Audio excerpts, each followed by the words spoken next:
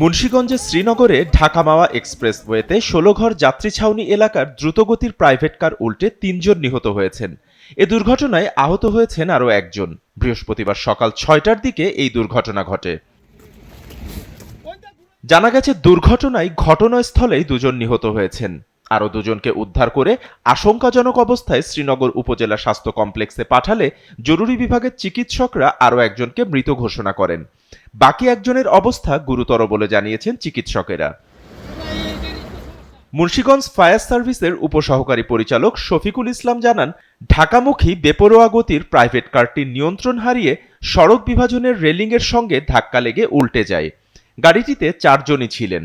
তিনি আরও জানান, দুর্ঘটনার পর ঘটনাস্থলেই দুজন নিহত হন। এ দুর্ঘটনার কারণে প্রায় ১ ঘন্টা ওই সড়কে যান চলাচল ব্যাহত হয়।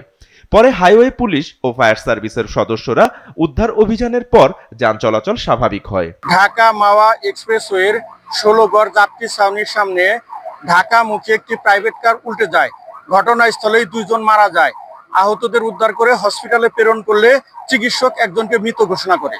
এই দুর্ঘটনা আবারও প্রমাণ করে দ্রুতগতির যানবাহন কতটা প্রাণঘাতী হতে পারে। চালকদের সচেতনতা ও দায়িত্বশীলতা, যথাযথ ট্রাফিক নিয়ম মানা এবং সড়কে সাবধানতা অবলম্বন করাই এমন মর্মান্তিক ঘটনার পুনরাবৃত্তি রোধে সহায়ক হতে পারে। সংশ্লিষ্ট কর্তৃপক্ষের উচিত নিয়মিতভাবে মহাসড়কে গতি নিয়ন্ত্রক ও নজরদারি বৃদ্ধি করা, যাতে করে মানুষের প্রাণ রক্ষা পায় এবং নিরাপদ সড়ক ব্যবস্থা নিশ্চিত করা যায়।